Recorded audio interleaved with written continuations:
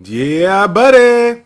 What is going on, everybody? It is Childish. We're back at it again. Just minutes ago, they announced the new Hall of Heroes for the month of January 2017 is starting out with a bang. We got ourselves Barque, the Wind Pirate Captain. So, as you guys know, or if you don't know, and you're new to the game, welcome to Summoner Sport. Once a month, every month, Come to Us gives us the opportunity to collect a natural 4-star monster from the Hall of Heroes Secret Dungeon.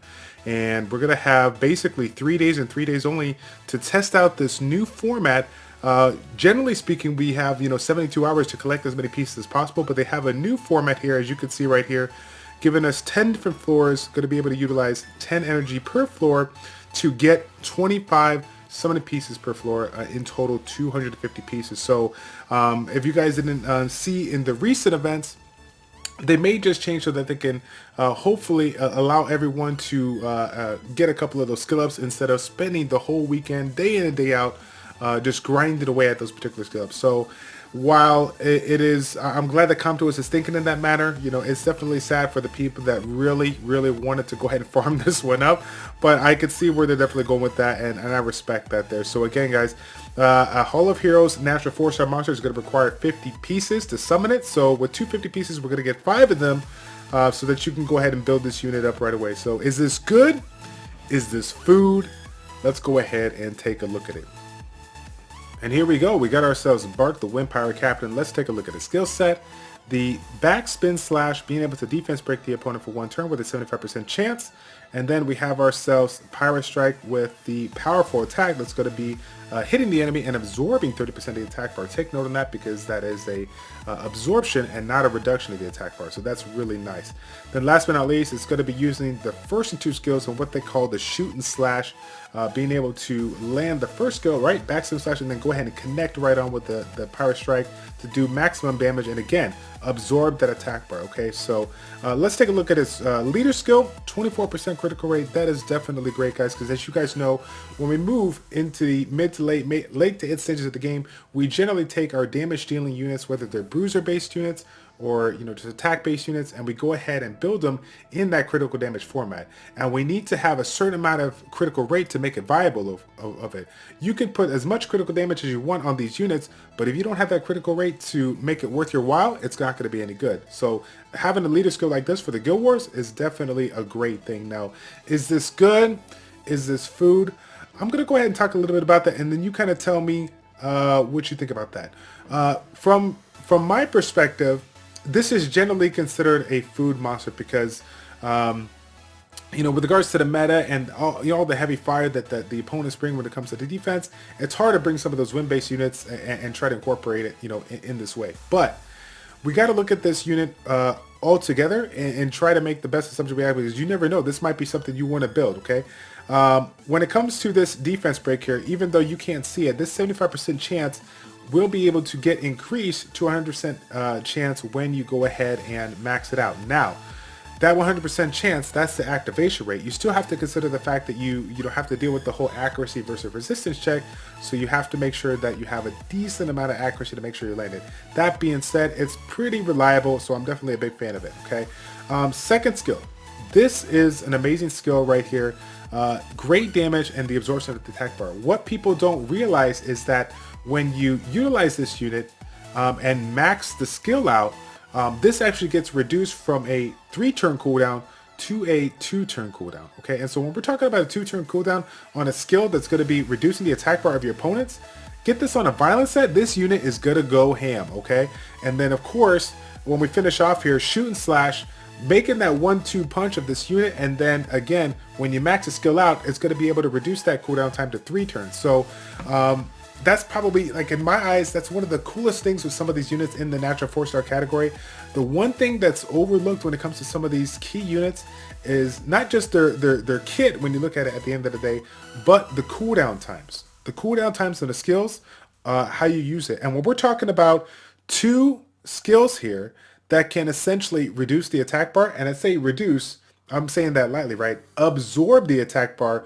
We're going to get ourselves a lot of opportunities to reduce the amount of turns that the opponent's going to get, and really give us a nice turn advantage for our other units that we're bringing in the mix with regards to Barque here. So even though I still feel that I would highly recommend getting this unit for the people that need the Galleon skill ups. For some of you guys that want to mix it up, test it out, maybe build this one for having fun in real-time arena, definitely go for it. You know, have some fun with it. But again, if you don't have a max skilled Galleon, you definitely want to save this one for this. So while we're on the topic of that, let's go ahead and look at the main elements here with regards to the pirate captains here. Okay, why is Galleon so OP? Everybody knows. Speed, leader skill. We have the same skill on the first two skills here, Pirate Strike and Backspin Splash, but of course the time to loot skill that's going to go ahead and provide that attack buff and the defense break with a 75% chance. When this gets maxed out, it goes to 100% activation rate. And like I said, this is not a skill that's going to be landing an actual attack, so this is going to give you guys the opportunity to place that defense break without worrying about glancing on your opponent. This is extremely strong, and when this unit got incorporated into the meta, this opened up a wide variety of different compositions that we can bring not only for the Guild Wars aspect, but for the arena aspect. So as you guys know, this is an amazing unit out there. If you pull this one, you are officially a legend, okay? You're a legend rank player, right? This is going to not only help you when it comes to arena, Guild Wars, but this is going to allow you to take that leap of faith or take that progression, that jump over to the speed style of runs when it comes to Giants B10, Dragons B10. If you've ever seen anybody recommend various types of speed-based runs or even, you know, quick runs when it comes to TOA of Hall of Heroes, this is one of the key unit that needs to be there. So make sure if you are doing this once again for the HOH that you go ahead and pull this out here. Let's take a look at the last one here that I want to hit up, Karak. This, again, right along with Barque, is probably one of the most, you know, underrated captains out there. Again, when it comes to the skill set, we're going to take a look at that, but the actual damage multipliers on the units, that's one of the big things that is really, really underrated. So let's take a look at this one. First off, let's go with that leader skill. 33% attack power leader skill is obviously a really, really good thing. We really want to take advantage of that if we're utilizing it in the Guild Wars. When it comes to Karak, he's one of those units that people like to call the poor man CR. Why is that? Because he has this third skill that allows you to go ahead and detonate a bomb that is on a unit after doing some good damage on this particular skill set, okay? In addition to that, you have Bombardment, which is a very, very unique skill. This is going to be hitting a random amount of targets here, and if it has a 75% chance to go ahead and stun the enemy for one turn. So not only do you have yourself an AoE stun, but you have a way of you know, creating a bomb based team and be able to snipe one of those units, you know, right from the get-go if you set up your team properly, okay? And of course, we already talked about that backspin slash defense break. It's only for one turn, but it is for a 75% chance. So overall, I really do like this unit. If you do have a pretty strong bomber, this can be something you can go ahead and build. Why do I even talk about bombers? Because again, this is like something that people generally don't build. When it comes to bombs, if you guys have been keeping up with the current meta, the bombing type teams is extremely strong. All you have to do is land it, detonate it, and you will go ahead and ignore that defense. And if you don't take out the opponent, you're able to stun the opponent. Being able to deny the opponent the turn if you don't take him out is really strong. And then of course, depending on the type of bomber you're using, landing the bombs on a various amount of elements that the people bring, it allows you to not worry so much about their elemental advantage or disadvantage. It's basically going to be an accuracy versus resistance multiplier or check that you're going to have to worry about. And so when it comes to bringing certain compositions where you may have to deal with a stronger element of the opposing team, if you set up your team properly, place those bombs, and take out the right opponent with regards to Karak, you can definitely do some work when it comes to this unit. So overall, when it comes to these three pirate captains, you know, I'm a big fan of all of them, but most notably Galleon. Now, again, if you want to play around with Barque, don't underestimate him due to what you see right here. His reduction on the second and third skill when maxed out is pretty darn strong, having a 2-turn cooldown on the second and then a 3-turn cooldown on the third.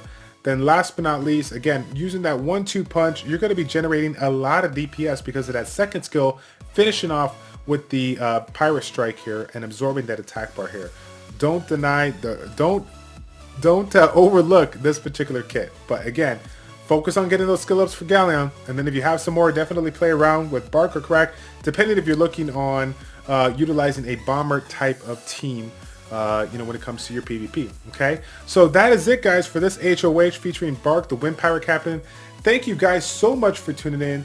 It's a pleasure to make these videos for you as always. It's your boy Childish or ChildishPlays checking out. Take care, and I'll see you in a couple of days for that HOH B3 video. I'm out.